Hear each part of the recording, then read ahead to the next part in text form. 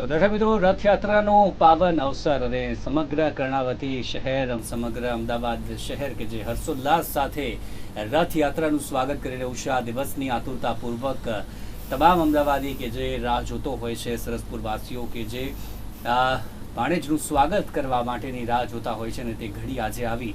સરસપુરથી બપોરે રથ નીકળ્યા બાદ અત્યારે રથ નિજ મંદિર પરત ફરી રહ્યા છે. કાલુપુર આપણે વાત કરીએ તો ત્યાં સુધી જે રથ છે કે જે પહોંચવા આવ્યા છે અને વાત કરીએ ધીરે ધીરે નિજ મંદિર તરફ રથ પ્રયાણ કરી રહ્યા છે. પરંતુ સમગ્ર દિવસ દરમિયાનની આપણે વાત કરીએ તો વહેલી સવારે 7 વાગે પહિંદ વિધિ કરવામાં આવી હતી સીએમ ભૂપેન્દ્ર પટેલ દ્વારા, અને ત્યારબાદ રથે પ્રસ્થાન કર્યું હતું. અને બપોરના 2 વાગ્યાની આસપાસ જે રથ મામાના ઘરે જ્યારે પહોંચ્યા હતા 3 વાગ્યા આસપાસ, ત્યારે તેમનું ભાવભીનું સ્વાગત કરવામાં આવ્યું હતું, તેમનું મોસાળું કરવામાં આવ્યું હતું. અને સરસપુર વાસીઓમાં જે અનેરો ઉત્સાહ એ આ રથયાત્રાના પાવન અવસર પર જોવા મળતો હોય છે. સમગ્ર જે રથ સરસપુર છે એની તમામ શેરીઓની આપણે વાત કરીએ તો તે ભક્તિમય બની ચૂકી હોય છે અને લાખો કરોડો ભક્તો છે કે ત્યાં પ્રસાદી પણ લેતા હોય છે. હવે રથયાત્રા પૂર્ણાહુતિ તરફ છે અને નિજ મંદિર તરફ પરત ફરી રહી છે. ત્યારે હવે આપણે વાત કરીશું અલગ અલગ જે સવારથી ચર્ચા આપણે કરી રહ્યા છીએ રથયાત્રાના મહત્વ વિશે, અને જે અલગ અલગ કથાઓ આપણે જોઈ છે, અલગ અલગ માન્યતાઓ ખાસ કરીને આપણે જોઈ છે.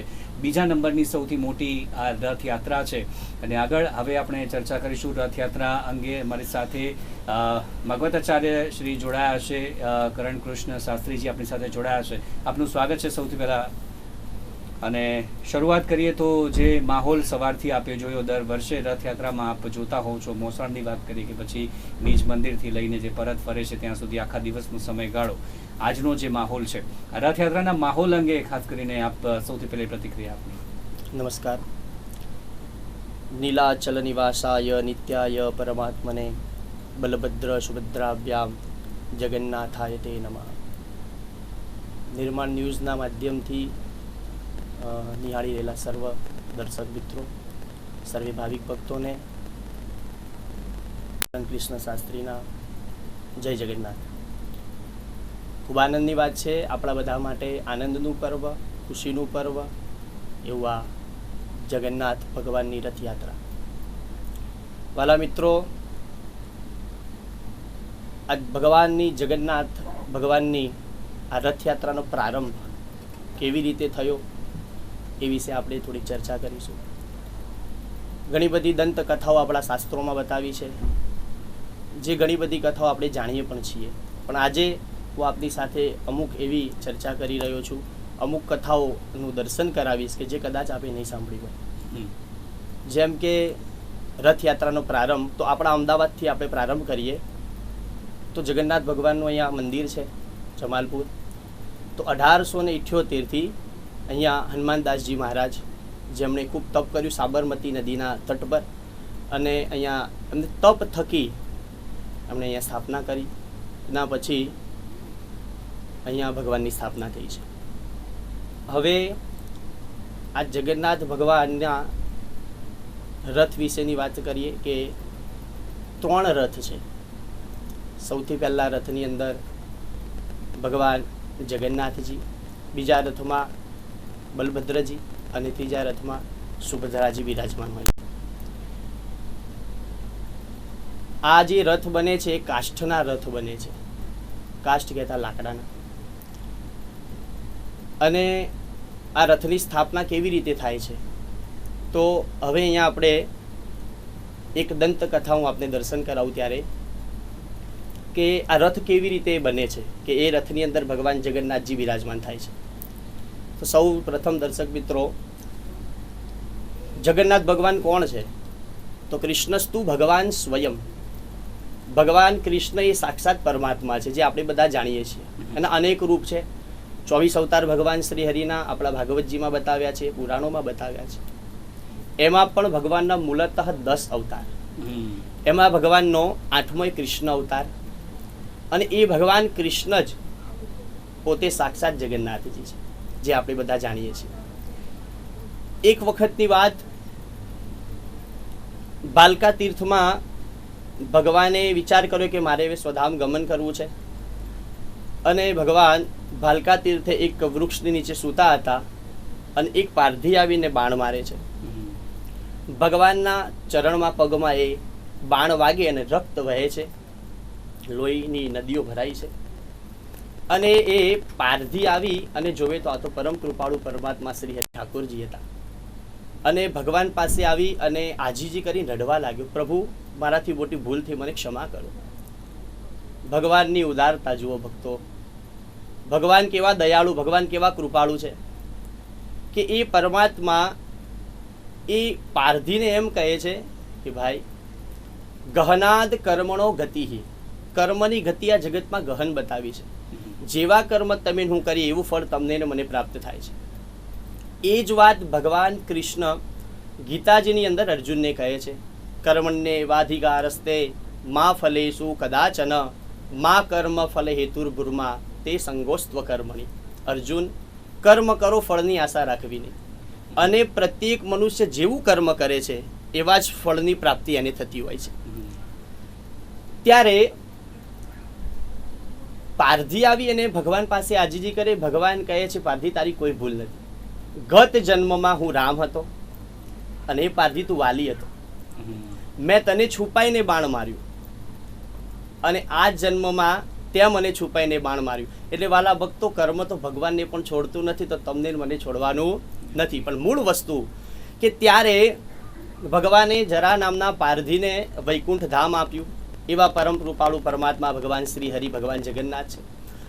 અને ત્યાંથી ભગવાનનું હાર્ટ કહેતા જે હૃદય દિલ હતું, એ દિલ ધબકતું હતું, એને વહાવી દેવામાં આવ્યું ગંગાજીમાં. હવે આ હાર્ટ દિલ ગંગાજીમાં વહાવવામાં આવ્યું અને એ હાર્ટ હૃદય તણાતું તણાતું સીધું ઓડિશામાં આવ્યું. અને કઈ જગ્યાએ તો આપણે બધા કદાચ જાણતા હઈશું કે જગન્નાથપુરીમાં આવ્યું છે. અને જગન્નાથપુરીમાં આવ્યું અને ત્યાં સ્થાપના કરવામાં આવી. અને આપણે બધા જાણીએ છીએ કે જગન્નાથપુરીની અંદર આજે પણ ભગવાનનું દિલ, ભગવાનનું હૃદય ત્યાં ધબકે છે. તો ત્યાં સ્થાપના કરવામાં આવી. હવે આપણે જગન્નાથપુરી બાજુ પ્રયાણ કરીએ કે જગન્નાથપુરીની અંદર કેવી રીતે પરમાત્માની પૂજા થાય છે.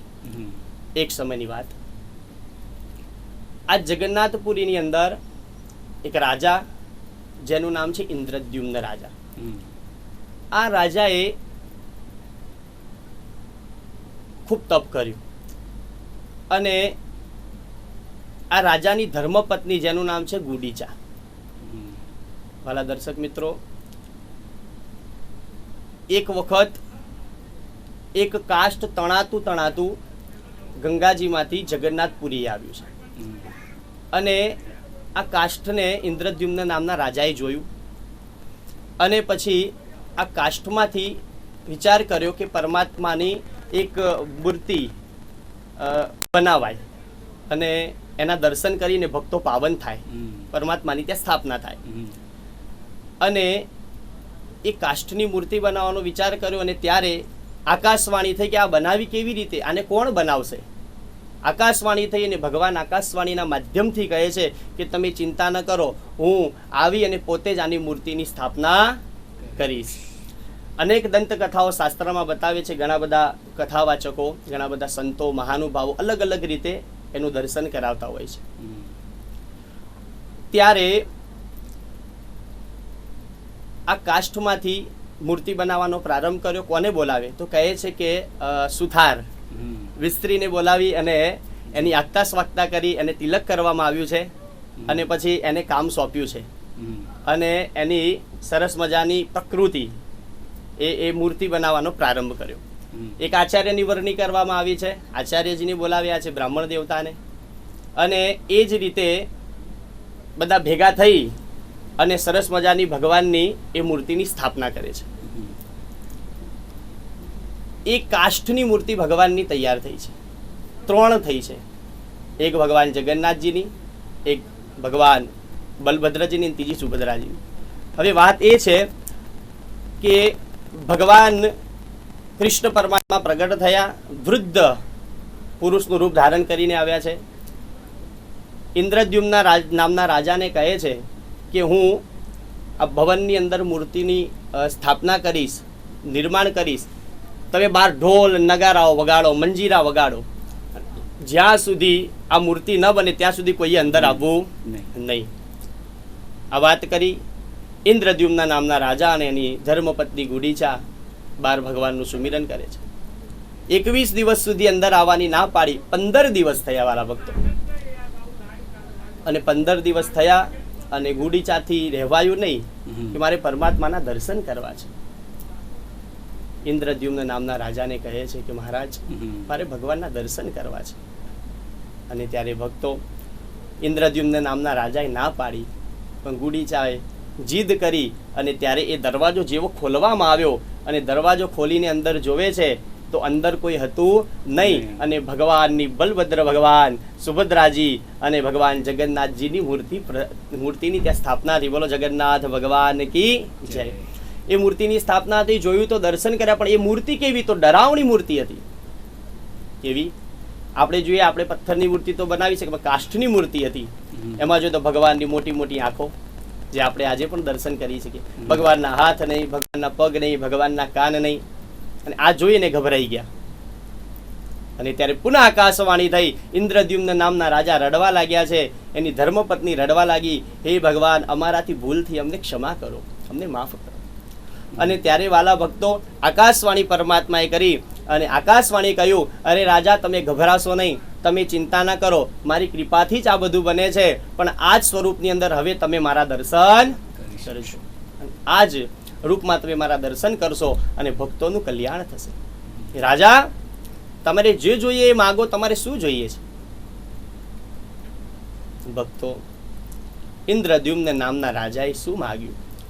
આજ પરમાત્મા આપણી સમક્ષ પ્રગટ થાય અને ભગવાન તમને ને મને માગવાનું કહે તો આપણે શું માગીએ? ધન, વૈભવ, યશ, કીર્તિ, માન, સન્માન માગીએ. લૌકિક આજીવિકા આપણી ચલાવવા માટે સુખ સુવિધા માગતા હોઈએ છીએ. પણ ભક્તો, ઇન્દ્રદ્યુમ્ન નામના રાજાએ શું માગ્યું? કહે છે, પ્રભુ, મને આશીર્વાદ આપો. આમ તો મારે કાંઈ જોઈતું નથી, પણ જીવનમાં મને ક્યારે સંતાન ન થાય એવા આશીર્વાદ. સંતાન મારે ન થાય, કારણ કે પ્રભુ, જો મારે સંતાન થશે, એ રાજા બનશે, તો એ તમારા દર્શન આ બધા ભક્તોને નહીં કરવા દે. પહેલા આશીર્વાદ. બીજા નંબરની અંદર આશીર્વાદ માગે કે પ્રભુ, મને મારા જીવનની અંદર ક્યારેય પણ અહંકાર ને અભિમાન ના આવે અને હંમેશા હું આપનો દાસ બનીને આપની સેવા પૂજા કરી શકું.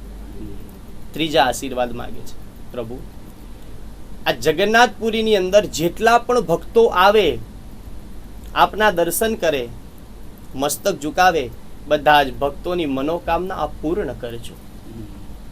ચોથા નંબરમાં કહે છે, પ્રભુ, આ જગન્નાથપુરીની અંદર આ હંમેશાને માટે હું એવું માગું છું આપની પાસે કે આપ હંમેશાને માટે અમારો ભોગ સ્વીકાર કરતા રહેજો. અને પાંચમા નંબરમાં કે પ્રભુ, આ જગન્નાથપુરીની અંદર આપ ભક્તોનું કલ્યાણ થાય એ હેતુથી હંમેશાને માટે આપ ભક્તોને દર્શન આપજો. એટલે કે પ્રભુ, 24 કલાક છે અને 24 કલાકની અંદર ફક્ત આપ 3 કલાક માટે જ આરામ કરજો, નિંદા કરજો, શયન કરજો અને બાકીના 21 કલાક આપ ભક્તોને આશીર્વાદ આપજો. વાલા ભક્તો, આનાથી વિશેષ ભગવાનની કૃપા શું હોઈ શકે? ઇન્દ્રદ્યુમ્ન નામના રાજાએ એ ભક્તોના કલ્યાણ માટે થઈ અને શું માગ્યું કે ભગવાન, આપ ભોગનો સ્વીકાર કરજો. આપ શયન ન કરતા. કોના માટે? તો તમારા મારા કલ્યાણ માટે. ધન્ય છે એ રાજા, ધન્ય છે રાજાની ભક્તિ જેને ભગવાન જગન્નાથજીની ત્યાં સ્થાપના કરી છે.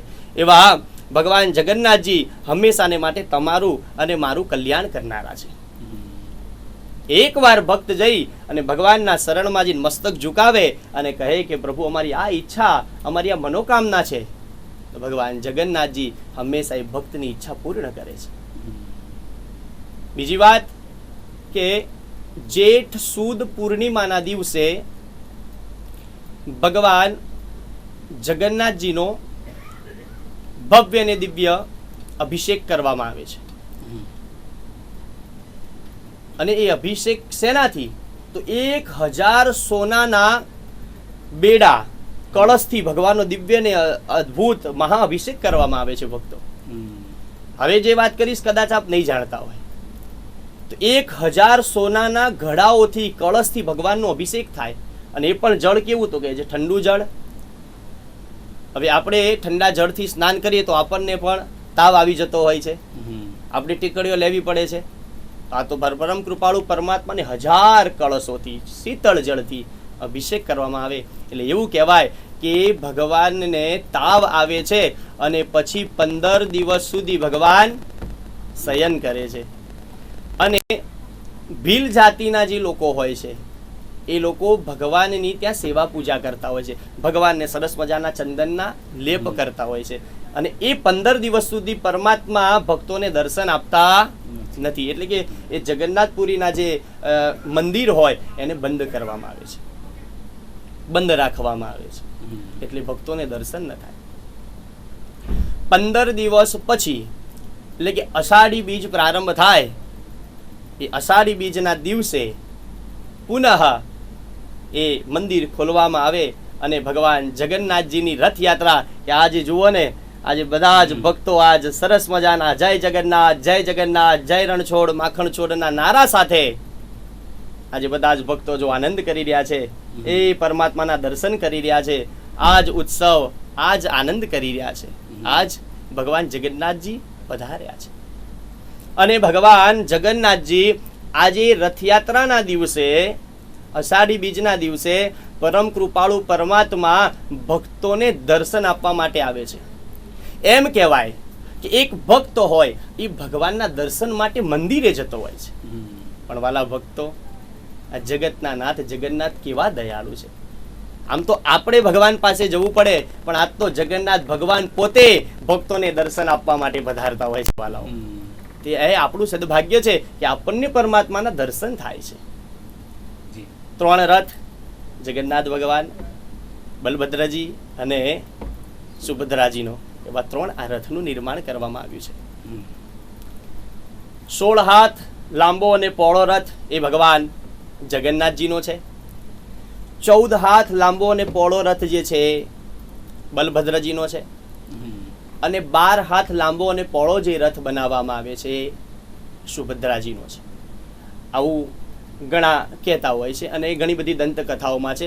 ઘણા લોકો કહે છે કે 33 હાથ લાંબો અને પહોળો હોય એ જગન્નાથજીનો, 32 હાથ લાંબો પહોળો રથ છે એ બલભદ્રજીનો, અને 31 હાથ લાંબો પહોળો જે રથ છે એ સુભદ્રાજીનો. ઘણી બધી દંતકથાઓ શાસ્ત્રમાં બતાવવામાં આવી છે. તો વાલા ભક્તો, ભગવાન આજે તમને મને દર્શન આપવા આવે છે. એક વખત નારદજી ભગવાન પાસે જઈને કહે છે કે પ્રભુ, આપ ક્યાં રહો છો? ભગવાન શયન કરતા હોય, નારદજીને આવકારો આપે. અને ત્યારે ભગવાન કહે છે, હો નારદજી પધારો. નારદજી કે પ્રભુ આપ ક્યાં રહો છો? અને ભગવાન કહે છે, નારદજી, જ્યાં મારા ભક્તો મને ભાવથી પુકારે ને, એ ભક્તોના હૃદયમાં મારું નિવાસ સ્થાન છે. એ ભક્તોને હું દર્શન આપું છું. નાહમ વસામિ વૈકુંઠે યોગીનામ હૃદયે નવા મદ ભક્તાઃ યત્ર ગાયન્તે તત્ર તિષ્ઠામિ નારદ. ઓહો નારદ, નાહમ વસામિ વૈકુંઠે, એટલે કે હું વૈકુંઠમાં રહેતો નથી. યોગીનામ હૃદયે નવા, હું યોગ્યોના હૃદયમાં પણ રહેતો નથી. મદ ભક્તાઃ યત્ર ગાયન્તે, જ્યાં મારા ભક્તો મને ભાવથી અને પ્રેમથી પોકારે, તત્ર તિષ્ઠામિ નારદ. અને વાલા ભક્તો, એટલે જ આવા કર્ણાવતી અમદાવાદની અંદર, જગન્નાથપુરી ઓડિશાની અંદર આવી ભવ્ય અને દિવ્ય જગન્નાથ ભગવાનની જ્યારે રથયાત્રા હોય અને જ્યારે તમારા અને મારા જેવા ભક્તો જ્યારે ભાવથી ને પ્રેમથી એ જગન્નાથ ભગવાનને પુકારે ને, ત્યાં ભગવાન સામેથી તમને મને દર્શન આપવા માટે પધારતા હોય છે. આપણે ભગવાન પાસે ન જવું પડે, આજ તો પરમાત્મા સામેથી તમને મને દર્શન આપવા આવ્યા છે. એવા ભગવાન જગન્નાથ ભગવાન છે જે તમારું ને મારું કલ્યાણ કરે છે. જી, તમામ દંતકથા આપણે સાંભળી. અત્યારે શું કથાઓ છે, માન્યતાઓ ખાસ કરીને છે તેની વાત કરી. આ રથયાત્રામાં જે માહોલ હોય છે ને, ખાસ એના પ્રસાદીનું પણ એક અનેરું મહત્વ હોય છે. જે જાંબુની વાત કરીએ કે પછી મગની વાત કરીએ, આ પ્રસાદીનું વિશેષ મહત્વ એ કેવી રીતે છે, ખાસ એની વાત કરીએ તો. પ્રસાદીની જે વાત કરી, ખૂબ સુંદર પ્રશ્ન છે આપનો. ભગવાન જગન્નાથજીને પ્રસાદીની અંદર પ્રાતઃકાળે સવારે 4 વાગ્યે આરતી થાય છે, ભગવાનની મંગળા આરતી જગન્નાથ ભગવાનની. 4:30 વાગ્યે ભગવાનને વિશિષ્ટ ભાવતીઓ ખીચડાનો ભોગ, એટલે કે ખીચડી આપણે ખાઈએ છીએ અત્યારે. આપણે ગુજરાતીઓને તો ફેવરેટ વસ્તુ એટલે કે ભાવતી વાનગી હોય તો ખીચડી છે. તો એ ખીચડાનો ભોગ ભગવાન જગન્નાથજીને લાગતો હોય છે અને ભગવાનને આજે જાંબુની વાત કરી તો ભગવાનની રથયાત્રાનો પ્રારંભ થાય. મામાને ત્યાં પરમાત્મા પધારે મોસાળમાં અને આજે આપણે બધાએ જોયું મામેરું સરસ મજાનું ભરવામાં આવ્યું હતું. એના દર્શનનો પણ આપણે બધાએ લાભ લીધો છે. એ આગળ આપણે બધાએ દર્શન કર્યું છે ત્યારે એ વિષય ઉપર ન જતા, પણ મૂળ તો પરમાત્મા જ્યારે આપણને પણ આનંદ હોય કે આપણે મામાના ઘરે જઈએ એટલે ભાણિયાઓને આનંદ હોય કે મામાના ત્યાં 2, 5, 10 દિવસ રહીએ, ખાઈએ, પીએ ને આનંદ કરીએ. તો જ્યારે ભગવાન મામાના ત્યાં પધારતા હોય, આનંદમાં હોય અને ત્યાં ભગવાન આવી અને જાંબુ અને કેરીને ખાતા હોય છે અને ત્યારે ભગવાનને આંખ આવી જાય છે અને ભગવાનને આંખ આવે અને ત્યારે ત્યાં ભગવાનને અહીંયા જાંબુ અને મગ અર્પણ કરવામાં આવે છે અને આંખે પાટા લગાવવામાં આવે છે. અને જાંબુ અને મગ ખાવાથી એમ કહેવાય કે આપણે આંખને છે ને શીતળતા મળે છે. એટલે આ પ્રસાદની મહત્તા છે. ભગવાનને મગ ધરાવવામાં આવે છે. સાથે જ આ રથયાત્રામાં જે માહોલ જે આપણે જોઈએ છે, ખાસ અમદાવાદની રથયાત્રાની વાત કરીએ તો જે નિજ મંદિર તરફ પ્રયાણ કરે છે જ્યારે સરસપુરથી મામાના ઘરેથી, ત્યારે જે મુસ્લિમ બિરાદરો દ્વારા તેમનું સ્વાગત કરવામાં આવે છે. પુરીની રથયાત્રાની વાત કરીએ તો ત્યાં પણ એકતાના દર્શન આપણે કરીએ છીએ, જે 9 દિવસ સુધી રથયાત્રા ચાલે છે. ત્યારે આ એક ભક્તિ અને એકતાનો જે ખાસ સંગમ છે આ રથયાત્રા, એમાં આપણે જોઈએ છીએ ખાસ અમદાવાદમાં સંવેદનશીલ વિસ્તારોમાં, એના માહોલ વિશે શું? ખરેખર એ બધા જ ભક્તો ખૂબ ભાગ્યશાળી છે કે જેને આજ સાક્ષાત ભગવાન જગન્નાથજીના દર્શન થયા છે. જગન્નાથ ભગવાન એટલે પરમ કૃપાળુ દેવ છે. એ જેટલા પણ ભક્તો આ રથયાત્રામાં જોડાયા છે એ બધા જ ભક્તોનું ભગવાન જગન્નાથજી કલ્યાણ કરશે. અને જે લોકો જોડાયા છે એમનું જ નહીં, પણ જે લોકો ટીવીના માધ્યમથી ઘરે બેઠા બેઠા પણ જે નિહાળી રહ્યા છે, ઘરે બેઠા ભગવાનના દર્શન કરે છે, એ બધાયનું પરમાત્મા કલ્યાણ કરે અને કરે છે. ભગવાન એમ કહે છે કે તમે મારી શરણમાં આવો. ખાલી પરમાત્માના દર્શન માત્રથી જ ભક્તોનું કલ્યાણ થાય છે. દર્શન માત્રથી પરમાત્માને યાદ કરીએ.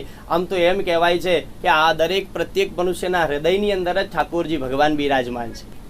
અને એક વાત યાદ આવે ત્યારે જ્યારે આ બધા ભક્તો જ આજે આ સરસ મજાની રથયાત્રામાં જોડાયા છે, જય રણછોડ માખણ છોડ આ નારાની સાથે આજ ભગવાનને પુકારતા હોય કે હે ભગવાન, અમારા બધાયનું આપ કલ્યાણ કરજો બાપ. આજ ભાવથી બધા ભક્તો આજ ભગવાનના રથયાત્રામાં જોડાયા છે. ત્યારે એક વાત યાદ આવે, શ્રીમદ ભાગવતજીની અંદર 10મ સ્કંદની અંદર એમ કહેવાય કે મામા કંસે દેવકીજી અને વસુદેવજીના એ 6 પુત્રોને મારી નાખ્યા. નારદજી આવીને પરાક્રમ કરે છે. આપણે બધા જાણીએ છીએ, આપણે બધે ઘણી બધી કથાઓ સાંભળી છે.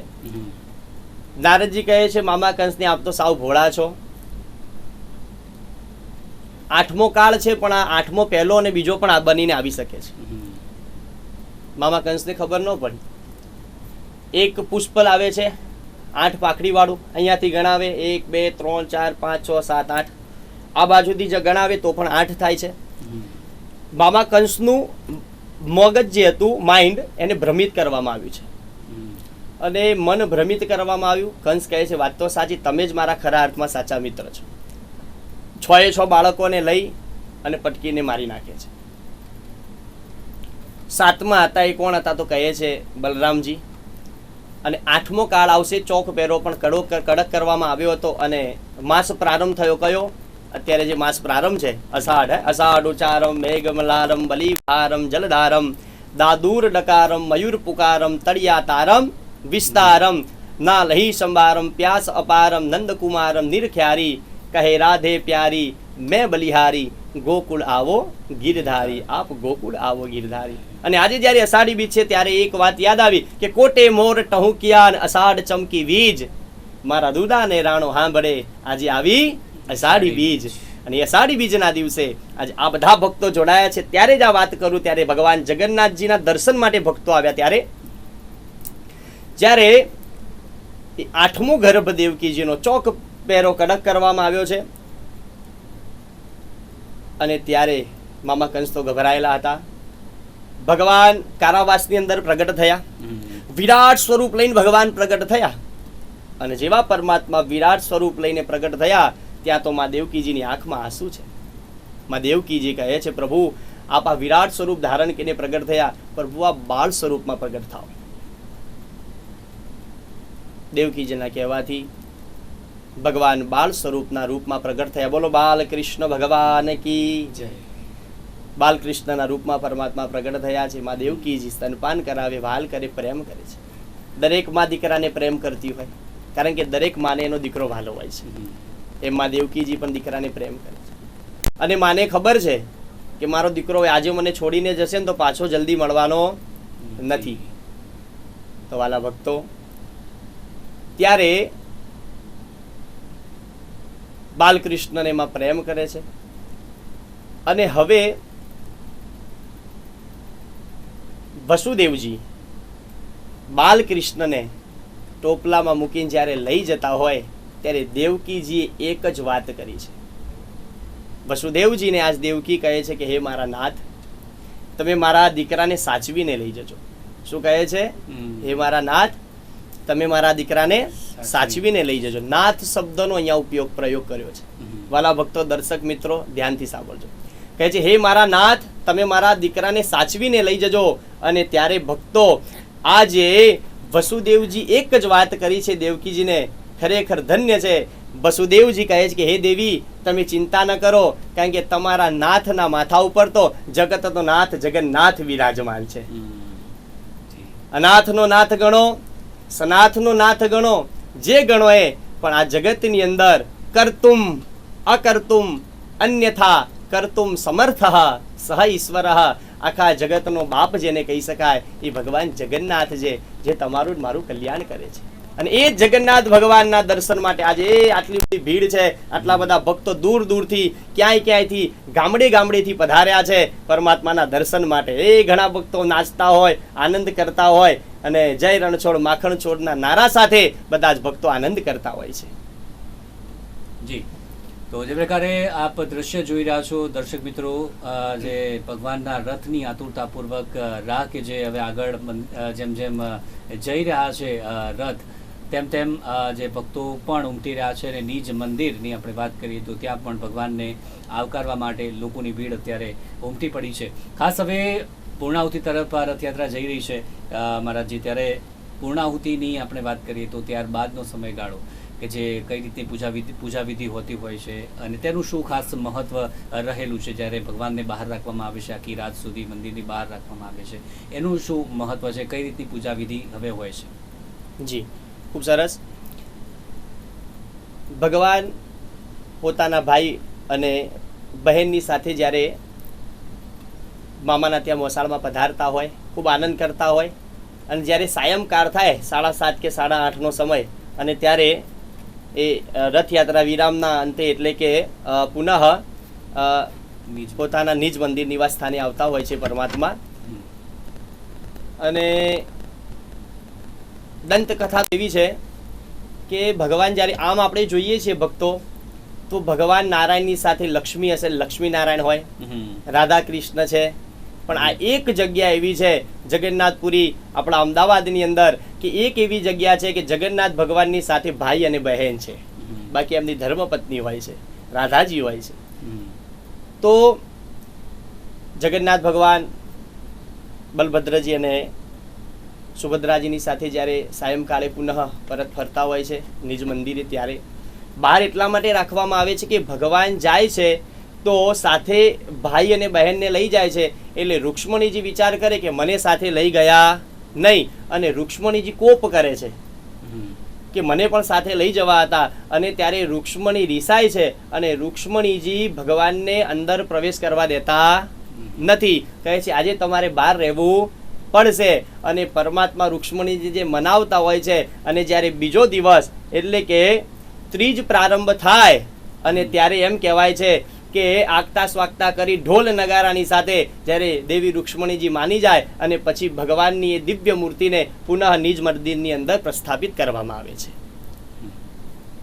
જી, તો અનેક કથાઓ પણ જોડાયેલી છે, જે હમણાં આપણે જન્મની કથા સાંભળી, ભગવાનની વાત કરીએ તો સમગ્ર જીવનકાળ ભગવાનનું છે તે ખૂબ જ જે પ્રેરણામય રહ્યું છે, આપણે સૌ જાણીએ છીએ. પરંતુ જે જાહેર જીવનની આપણે ખાસ કરીને વાત કરીએ તો ભગવાન એક જગ્યાએ એક સ્થાન પર ત્યાં લાંબો સમય સુધી નથી ટકી રહ્યા, તેમનું કાર્ય તેમનું પૂર્ણ થયું છે અને ત્યાંથી ભગવાન બીજે ગયા છે.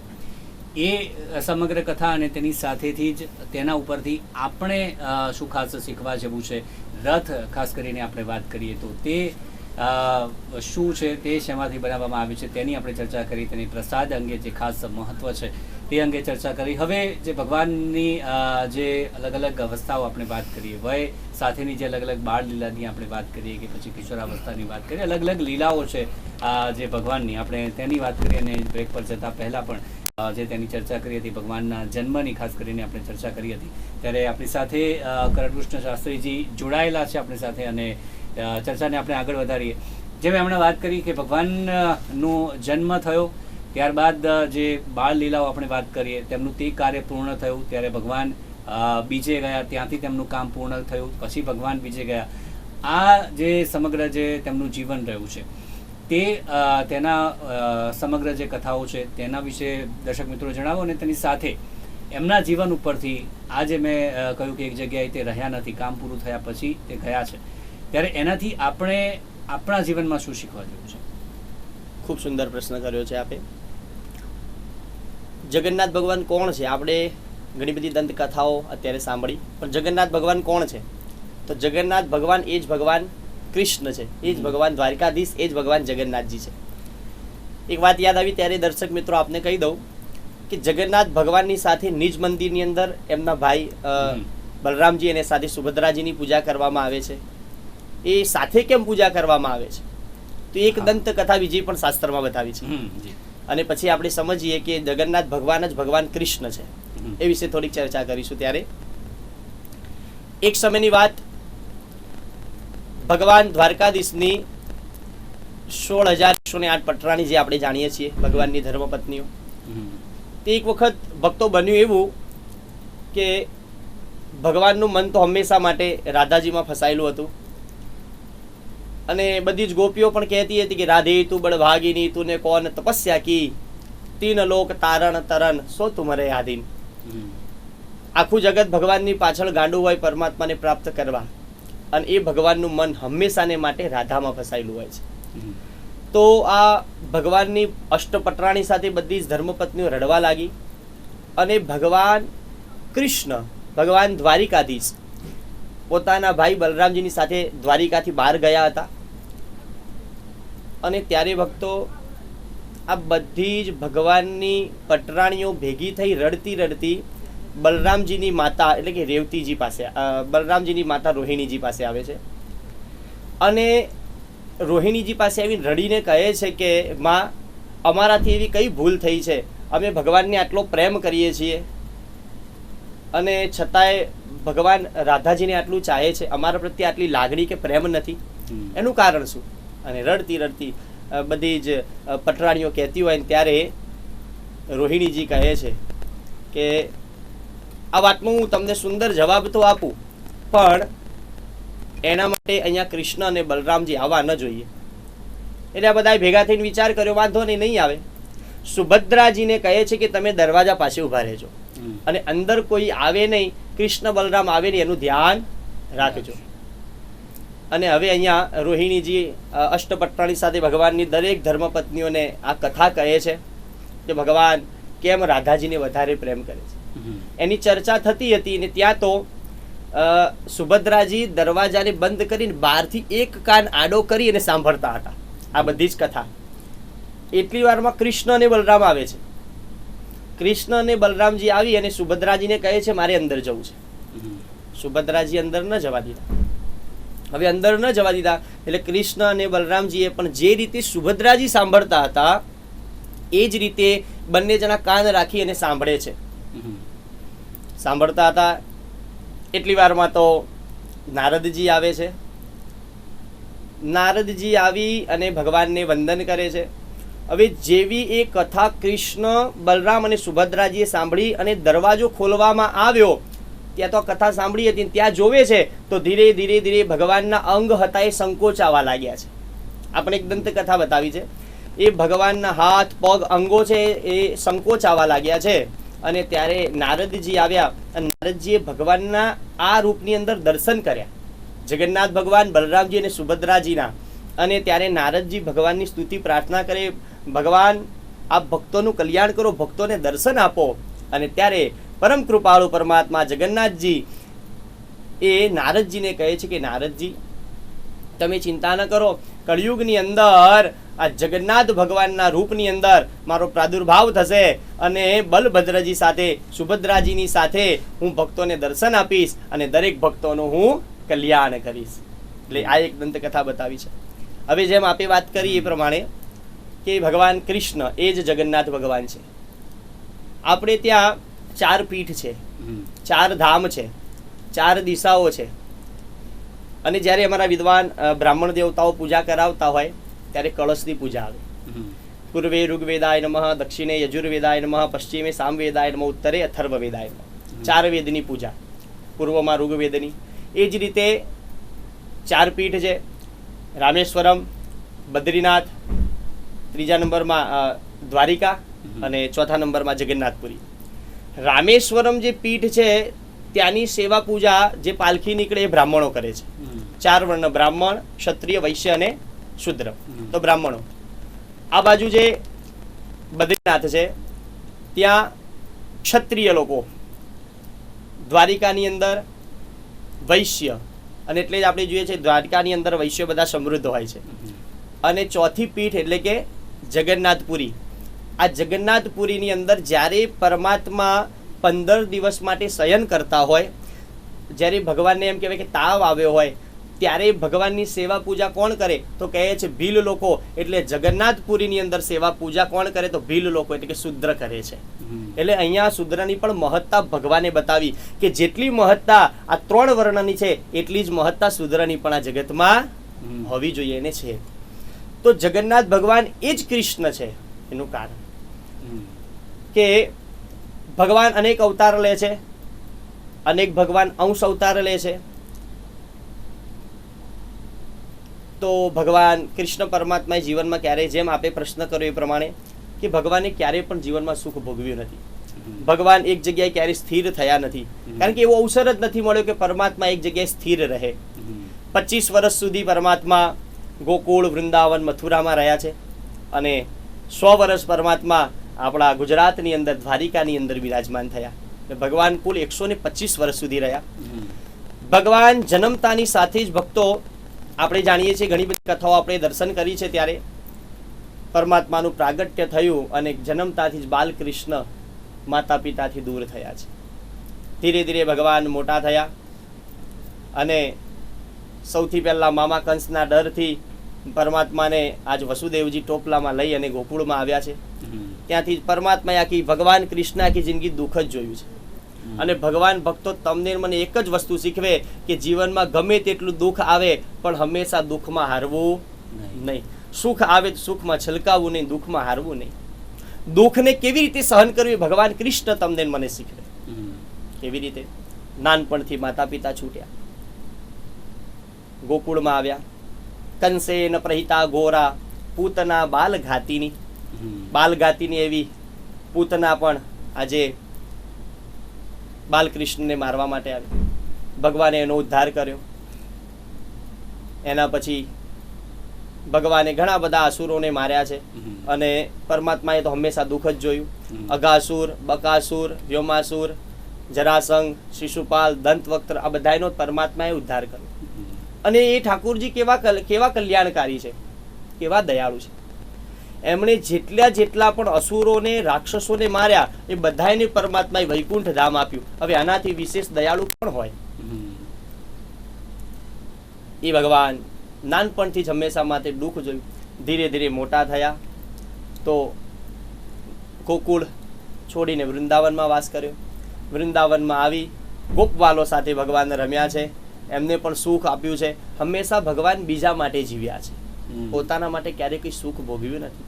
જેમ ઇન્દ્રદ્યુમ્ન નામના રાજાએ પોતાના માટે કાંઈ ન માગ્યું, તમારા મારા કલ્યાણ માટે માગ્યું, એ જ રીતે ભગવાને હંમેશા ભક્તોનું કલ્યાણ કર્યું છે. ગજરાજનું, હાથીનું કલ્યાણ કર્યું, ગજેન્દ્રનું કલ્યાણ, ધ્રુવજીનું કલ્યાણ, ભક્ત પ્રહલાદનું કલ્યાણ કર્યું છે, પાંડવોનો ઉદ્ધાર કર્યો છે. પરમાત્માએ હંમેશા ભક્તોનું કલ્યાણ કર્યું છે. અને ભક્તોને તારનાર જ ભગવાન કૃષ્ણ છે. રાધાજી છૂટ્યા, માતા પિતા છૂટ્યા, મામા કંસને મારી અને 11 વર્ષ ને 52 દિવસે આજે પોતાના માતા પિતાને ભગવાન મળ્યા પછી ત્યાંથી ગુરુકુળમાં વિદ્યાભ્યાસ કરવા માટે ગયા. અને મૂલતઃ ટૂંકમાં એમ કહીએ તો ભગવાન કૃષ્ણએ હંમેશા દુઃખ જ જોયું છે, ક્યારે સુખ જોયું નથી. અને પરમાત્મા એટલું શીખવે કે હંમેશા જીવનમાં દુઃખમાં હારવું નહીં. અને જ્યારે આજ તો આ સરસ મજાનો અષાઢી બીજનો ઉત્સવ હોય, આપણે તો હિન્દુ છીએ અને હિન્દુ ધર્મનો જ્યારે ઉત્સવ હોય, આટલા બધા ભક્તો જ્યારે ધામધૂમથી જય રણછોડ માખણ છોડ ના નારા સાથે આજે જ્યારે પરમાત્માને વંદન કરતા હોય, આ રથયાત્રામાં જોડાયા હોય, એ અખાડાના ઘણા બધા પણ અહીંયા બધા ભક્તો જોડાયા હોય, આપણે બધા જોઈ રહ્યા છીએ કે એ ભક્તોનો કેવો આજે આનંદ છે, ઉત્સાહ છે. ભગવાનનો જયકાર કરતા હોય, જયઘોષ કરતા હોય, એ ભગવાનના ફક્ત દર્શન માટે કરી અને આટલી બધી ભીડ જામી હોય કે બસ ખાલી પરમાત્માના નેત્રના દર્શન થઈ જાય. આવું વિકરાળ પરમાત્માનું સ્વરૂપ છે કે જેને જોતા જ ડર લાગે. પણ છતાંય આજે ગામડે ગામડેથી દૂર દૂરથી આજે ભક્તો પરમાત્માના દર્શન કરવા માટે આવ્યા હોય તો હું તો એમ જ કહું છું કે એકવાર જગન્નાથ ભગવાનની સામે જોઈ લઈએ અને ભગવાન તમારી મારી સામે જોઈ લે એટલે સમજી લો એક ભવ નહીં પણ 7 ભવમાંથી ભગવાન તમને મને ઉગારી દેતા હોય છે. એવા ભગવાન આ જગન્નાથજી છે. હું પરમાત્માને એટલી જ પ્રાર્થના કરી શકું કે જે પણ ભક્તો ભગવાનના દર્શનમાં જોડાયા છે, જેણે પણ ઘરે બેસી અને ભગવાનના દર્શન કર્યા હોય, જેણે ભગવાનના નામના જપ કર્યા હોય, એ બધાયનું ભગવાન શ્રી હરિ જગન્નાથ ભગવાન જગતનો ઈશ, જગનનો નાથ જગન્નાથ કલ્યાણ કરે. આપ સર્વેની મનોકામના પૂર્ણ થાય. આપ સર્વેની ઉપર હંમેશાને માટે ઠાકોરજીના 1000 હાથ રહે. આપ સર્વેની મનની જેટલી ઈચ્છા હોય બધી પૂર્ણ થાય. એ જ ભાવ સાથે આજ ભગવાન જગન્નાથજીને હું પ્રાર્થના કરું કે દરેક ભક્તોનું આપ કલ્યાણ કરજો. આ ભાવ સાથે આપ સર્વેને કરણ કૃષ્ણ શાસ્ત્રીના પ્રેમપૂર્વક જાજા કરીને જય શ્રી કૃષ્ણ, જય જગન્નાથ, જય રણછોડ માખણ છોડ. જી જી. હવે આગળ જે આપે હમણાં જે દ્રશ્યો જોયા, જે પ્રકારે ભક્તોના જે દ્રશ્યો જોયા, સવારથી દર વર્ષે રથયાત્રામાં આપણે આ દ્રશ્યો જોતા હોઈએ છીએ, ત્યારે જે દર વર્ષે ભક્તિ ભાવપૂર્વક જે જોડાતા હોય છે લોકો, એમાં કોઈ કમી આપને લાગી છે? કારણ કે દર વર્ષે આ જે લોકો છે તે વધી રહ્યા છે દર વર્ષે, અને આ જે રથયાત્રામાં જે ભક્તિ આપણને જોવા મળે છે ત્યાં બીજે આવી ભક્તિ બીજે ક્યાંય જોવા નથી મળતી. દર વર્ષે આપ શું આકલન કરો છો જે આ પ્રકારની ભીડ જોઈને? અલગ અલગ જગ્યાએ રથયાત્રાનું આયોજન થાય છે, તમામ જગ્યાએ ભક્તો આ પ્રમાણે ઉમટી પડે છે, પરંતુ અમદાવાદની ખાસ છે, અને આ ભક્તિ જોઈને આપને શું અનુભવ થાય છે, શું લાગે છે? જી, ખૂબ સરસ વાત કરી છે. સમગ્ર વિશ્વની અંદર એમ કહેવાય છે કે ભગવાન જગન્નાથજીનું દિવ્ય અને અદ્ભુત મોટું મંદિર હોય તો એ જગન્નાથપુરી ઓડિશા આપણે બધા જાણીએ છીએ. ધામધૂમથી આનંદથી ઘણા બધા ભક્તો આવતા હોય, દર્શન કરતા હોય છે. બીજા નંબરની અંદર ભવ્ય અને દિવ્ય રથયાત્રાનો પ્રારંભ થતો હોય તો એ આપણા અમદાવાદની અંદર છે. બરોડાની અંદર ઇસ્કોન મંદિરથી, સુરતથી પણ રથયાત્રાનો પ્રારંભ અને અનેક જગ્યાએ અત્યારે રથયાત્રાનો પ્રારંભ થતો હોય છે અને ઘણા બધા ભક્તો આનંદથી જોડાતા હોય છે. ભજન મંડળીઓ સાથે મંજીરા કરતાલ લઈ અને જય રણછોડ માખણ છોડના નારા સાથે પણ બધા ભક્તો જોડાતા હોય છે ભક્તો. અને ખરેખર ખૂબ આનંદની વાત છે આપણા અમદાવાદ માટે, આપણા ગુજરાત માટે કે દર વખતે તો રથયાત્રાનો માહોલ હોય છે દિવ્ય અને અદ્ભુત સુંદર, પણ આ વખતેની જે રથયાત્રા આપણે નિહાળી રહ્યા છે, જોઈ રહ્યા છે, ખરેખર અદ્ભુત અને દિવ્ય છે. કે એ દર વખતે તો સંખ્યા હોય પણ આ વખતે મને કદાચ એવું લાગે કે આ વખતે કદાચ સંખ્યા બમણી થઈ ગઈ હશે. ઘણા બધા ભક્તો આજે પધાર્યા છે. પણ એક વાત કહું, આજે થોડુંક દુઃખ થઈ રહ્યું છે ભક્તો. નિર્માણ ચેનલ ન્યૂઝના માધ્યમથી આપ સર્વે જ્યારે મને સાંભળી રહ્યા છો ત્યારે એક વાત કહેતા થોડો ખેદ થાય છે કે જ્યારે આ રથયાત્રાની અંદર આપણે બધા જોડાઈએ છીએ તો આપણે બધા હિન્દુ છીએ, આપણો સનાતન ધર્મ છે, આપણી સનાતની સંસ્કૃતિ છે, તો આપણે એકબીજાને પ્રેમ કરતા રહીએ. संगीत सुनकर ज्ञान नहीं मिलता, मंदिर जाने से भगवान नहीं मिलता. अरे प्यारे, पत्थर तो लोग इसलिए पूजते हैं क्योंकि पूजने के लायक इंसान नहीं मिलता. માણસ માણસને પ્રેમ કરતો થાય તો ભગવાનની જરૂર પડે નહીં. પણ જ્યારે આપણે ભગવાનના દર્શને જઈએ છીએ તો આપણે દરેક ભક્તોને પ્રેમ કરીએ, દરેકને દર્શન કરવાનો અવસર આપીએ. આવી ધક્કામુક્કી થતી હોય પણ એની અંદર આપણે એવો ભાવ કરીએ કે કદાચ મને ભગવાનના દર્શન થાય કે ન થાય વાંધો નહીં, પણ મારી બાજે જે ઊભો છે એ મારા બાજુવાળાને પણ જો ભગવાનના દર્શન થશે ને તો પણ આપોઆપ તમારું ને મારું કલ્યાણ થઈ જશે. અને બીજી જે દુઃખની વાત છે એ છે કે સવારે આપણે જોઈ રહ્યા છે કે ન્યૂઝમાં પણ આપણે જોઈ રહ્યા છીએ હાથીની વાત. એ ખરેખર આજ વિચારવા જેવી વાત છે કે એ પણ એક પ્રાણી છે. અને આપણો ધર્મ તો એમ કહે છે કે મા બાપની સેવા કરવી, મા બાપને પૂજવા અને મા બાપને આપણે રાજી રાખીએ તો ભગવાનના દર્શન બરોબર છે. પણ જેવી સેવા આપણે માતા પિતાની કરીએ છીએ, આપણા પરિવારને આપણે પ્રેમ કરીએ છીએ, એમાં અબોલા પશુ પંખી પશુ પક્ષીઓ છે એનું પણ ધ્યાન રાખવું તમારી મારી ફરજ છે. એનું કારણ તમને મને ભૂખ લાગે તો ટાઈમથી આપણને ભોજન મળે છે. માણસને બધી ખબર પડે, પરમાત્માએ રચના કરી મનુષ્યની એટલે મનુષ્યને બધી ખબર પડે ક્યારે ખાવું પીવું સૂવું.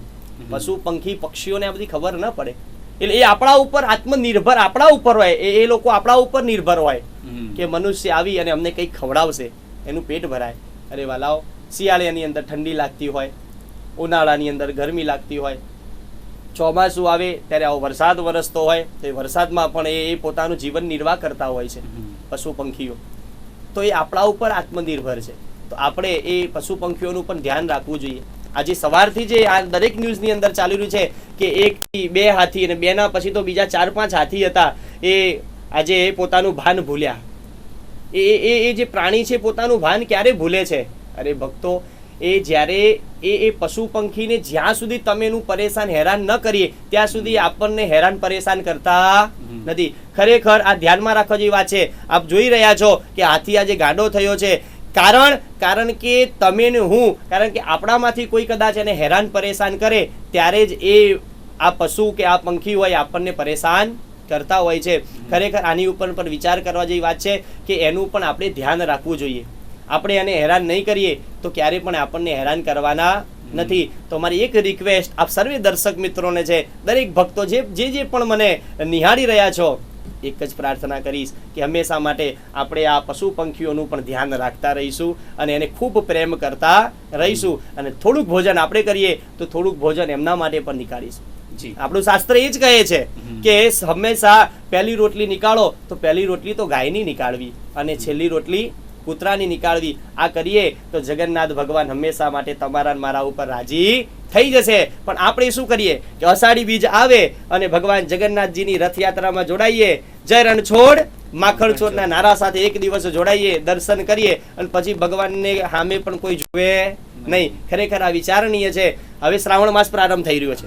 શ્રાવણ માસની અંદર ભગવાન મહાદેવના મંદિરે ભક્તો જાય, લોટો જળ ચડાવે, દૂધ ચડાવે, ભાંગ ચડાવે છે અને ભગવાનને ખૂબ પ્રેમ કરે મહાદેવજીને અને ખૂબ સ્તોત્રો, ખૂબ ભજનો, ખૂબ ધૂન કરતા હોઈએ.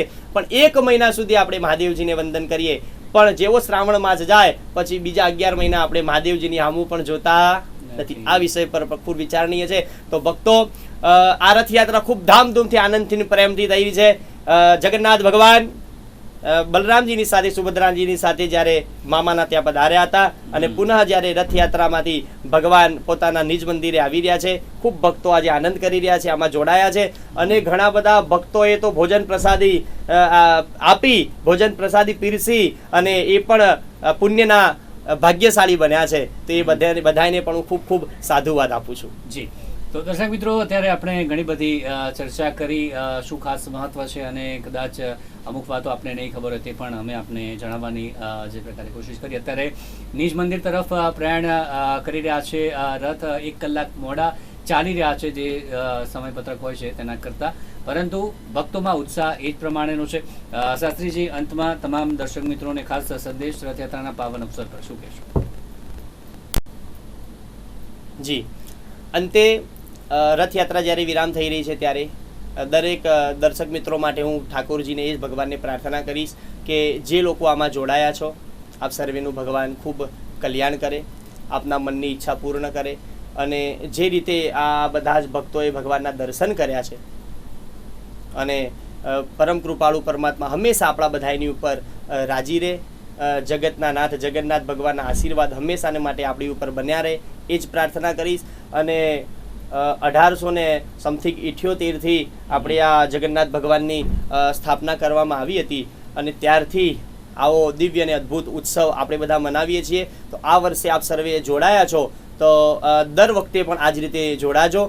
અને એટલું જ નહીં કે રથયાત્રા હોય ત્યારે જ આપણે દર્શન કરીએ, હંમેશા માટે જ્યારે જ્યારે આપણને ટાઈમ મળે ત્યારે આપણે જઈ અને જગન્નાથ ભગવાનના દર્શન કરીએ અને આપણું પુણ્યનું જે ભાથું છે એને આપણે ભેગું કરીએ. અને છેલ્લે બસ એક જ ભગવાનને પ્રાર્થના કરી અને બ્રાહ્મણ તરીકે એટલા જ આશીર્વાદ આપી શકું કે બસ પરમાત્મા બધાયનું કલ્યાણ કરે, યશ કીર્તિની ભગવાન પ્રાપ્તિ કરાવે, સુખ શાંતિ સમૃદ્ધિની પ્રાપ્તિ કરાવે. અને અત્યારે દેશ ઉપર જે આપત્તિ આવી રહી છે 2025 ને 26નું સાલ, એમ બધા કહેતા હોય છે કે આપણા માટે ખૂબ નુકસાનકારક જ્યારે બતાવી રહ્યું છે, ત્યારે બસ એક જ વાત આપ સર્વેને કરીશ કે ઘરે બેસો ત્યારે પરમાત્માના નામની માળા કરીએ, ભગવાનના નામના જપ કરીએ કે અમારા દેશ ઉપર આવતી આપત્તિ ટળી જાય. અને આગળ હમણાં જે પ્લેન ક્રેશ થયું છે તો બસ આવા કોઈ પણ બીજા હાદસા ન થાય અને આપણા કર્ણાવતીની, આપણા ગુજરાતની અને આ સમગ્ર વિશ્વની અને આપણા ભારત દેશની પરમાત્મા રક્ષા કરે, એ જ ભાવ સાથે પરમાત્માને છેલ્લા વંદન કરીને આપ સર્વનું કલ્યાણ થાય એ ભાવ સાથે નિર્માણ ન્યૂઝનો પણ હું ખૂબ ખૂબ આભાર વ્યક્ત કરું છું કે આપના થકી આ બધા ભક્તોને આજે આનંદ અને અનેક અનેક પ્રકારની દંતકથાઓનો લાભ મળ્યો. અને એ ભાવ સાથે આપ સર્વેને મારા કરણ ક્રિસ્તના જય જગન્નાથ. જી શાસ્ત્રીજી, ખૂબ ખૂબ આભાર આપનો. આપને પણ જય જગન્નાથ. તો દર્શક મિત્રો, અત્યારે આપણી સાથે શાસ્ત્રીજી જોડાયા અને આગળ પણ આપણે આજ પ્રમાણે જે પ્રકારે આપણે જણાવતા રહીશું અને સાથે જ રથયાત્રા ક્યાં પહોંચી છે તે સમગ્ર અપડેટ સતત આપ નિર્માણ ન્યૂઝ પર જોઈ રહ્યા છો. ત્યારે બસ આટલું જ. નમસ્કાર.